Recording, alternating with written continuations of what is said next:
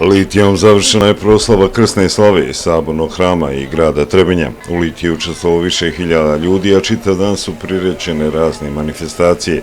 Ispred Sabornog hrama, gdje se održala liturgija, mladi folkloraši su zabavljali prisutne goste, a na tom mjestu je i osvještano grožđe koje se dijelilo vjernicima. U crkvi grožđe prinosimo kao žrtvu i prinosimo na dar Bogu i to grožđe u stvari postaje krv Hristova kojom se mi pričešćujemo. Organizovane su i dvije manifestacije koji su već postale tradicionalne, a to su Dani meda i vina kao i manifestacija Naše je bolje. Zajedničko za ove dvije manifestacije je promocija hercegovačkih proizvoda. Izgleda da se ljudi vraćaju nekim starim, zdravim proizvodima. Pa ima tu određenog pomjeranja što se tiče vrijednosti, odnosno ukusa, sigurno.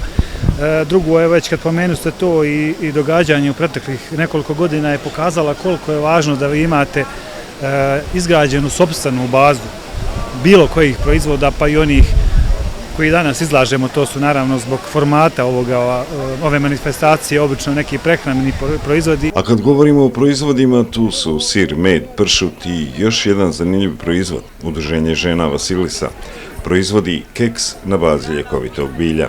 Pošto je Hercegovina stvarno puna ovoga našeg bilja, zdravog čajeva, onda smo smislili da pravimo kolačiće od lista smokve, nane, bosiljka i svih naših ljekovitih trava. Tako da su kolačići pravi ekološki. To je nešto što mogu stvarno da jedu mala djeca i svi mi bez ikakvih dodataka i primjesa.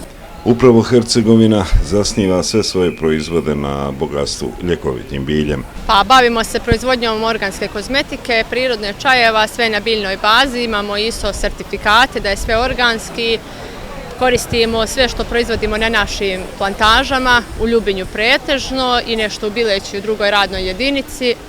Pa med je vjekovima zdrava ljekovita namirnica.